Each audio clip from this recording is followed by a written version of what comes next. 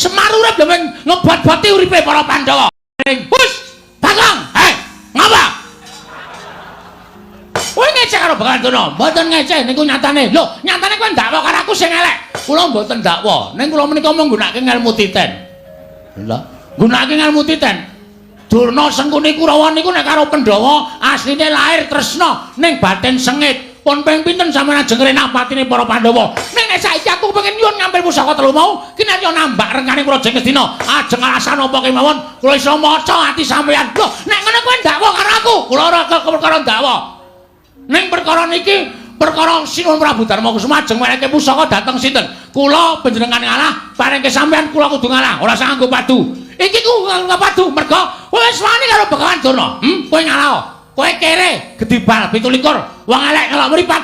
Semar kae ya mung kere. Semar kae wong ora duwe.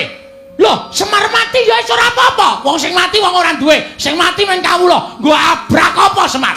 Semar urip lho ngebot-boti uripe para Pandhawa.